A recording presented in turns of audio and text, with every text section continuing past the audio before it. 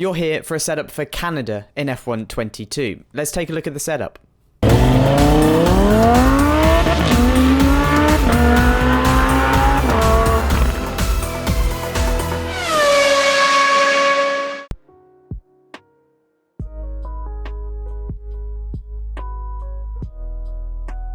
While low wings are good here, you can't go full Monza levels.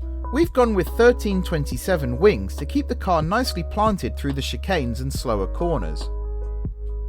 This part of the setup is all about how the 1000 brake horsepower under your right foot is pushed through the rear tyres. We've gone with our usual 90% on throttle differential. This helps the rear of the car stay in line when you get the power down out of a corner.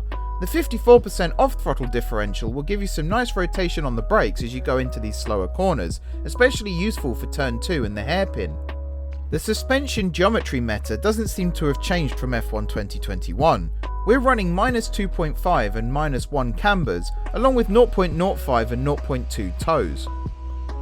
Suspension is a very personal part of the setup, but these settings should give you a very stable and predictable car to go racing with. We've gone for 3.4 on the suspension and 3.8 on the anti-roll bars. This will let you flick the car through the chicanes and keep the rear nicely under control. The 3.4 ride height creates a bit of a rake to help the rear settle. It does mean you can't go flying over the curbs in the final chicane too often though, so just be wary through there.